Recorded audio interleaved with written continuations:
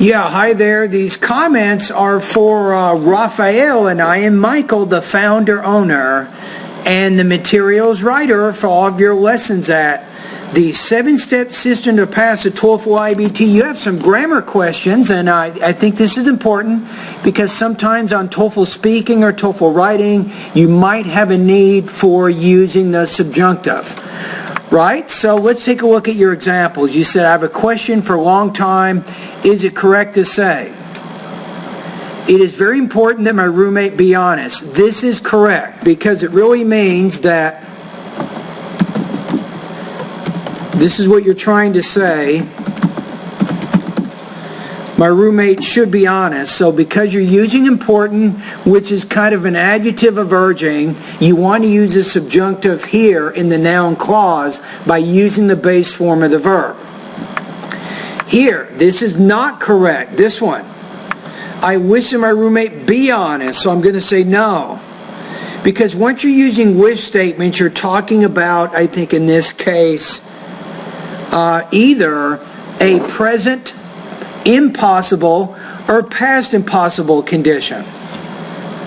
So what am I talking about? So let's say we want to make this a present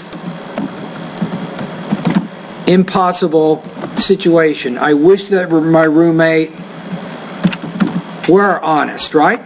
That's how I would say that. So now it means that my roommate is not honest, but you wish that your roommate were.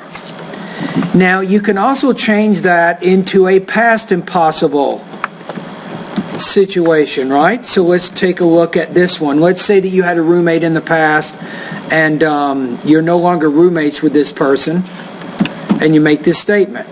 I wish that my roommate had been honest. So what can we learn here? When you're making wish statements, you can make wish statements to talk about present impossible conditions, in which case you should use a simple past in the noun clause to express that condition. Now you can also use what's called the past perfect tense to talk about a past impossible condition. Here, where we're saying here, I wish that my roommate had been honest, it means that my roommate was not honest. That would be the meaning there. Okay, you say, I researched about the subjunctive mood. However, many resources that I found only present in the subjunctive in 3 types. I suggest that he play the guitar. This is correct because you're using the word suggest, and that's one of those verbs, and there's adjectives also, but this is a verb that triggers the subjunctive. Notice how you're using the base form of the verb here. Now the next one, I propose that he be asked to play. Now this one, and remember that when you're using the be verb, it does not mean you have to use passive voice. It just depends on whether or not the sentence has a passive meaning, which means, to me that's the meaning even though it's not there. I propose that he be asked by someone to play. And then, I wish I were there to have a drink with you. And this means I am not there now to have a drink with you. That's the meaning.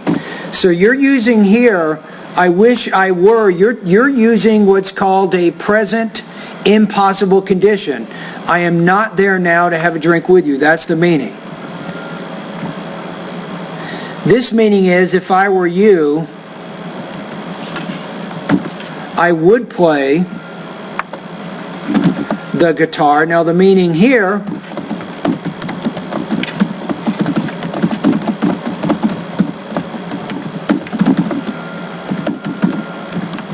I do not play the guitar.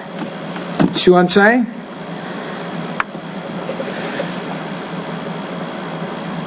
Now remember, in each of these cases, if you wanted to go back to what I said earlier, you could change both of those sentences to past impossible conditions by using past perfect verbs.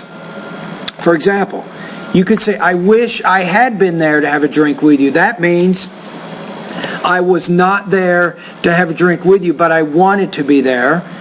In this case, you could say, if I had been you, I would have played the guitar, which means I was not you, so I did not play the guitar. Okay, so your question is, you say, when we use the subject plus the be verb,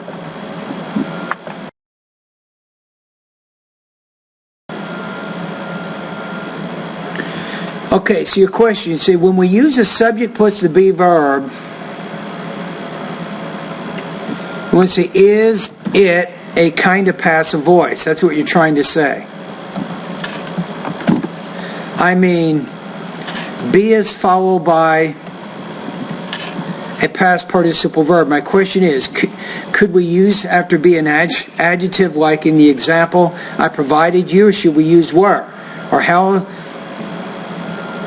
maybe say here, how should this idea be expressed? So if you go back to help answer your question, if I say, I suggest that he play the guitar, in this case, this is active voice because we're not using the be verb.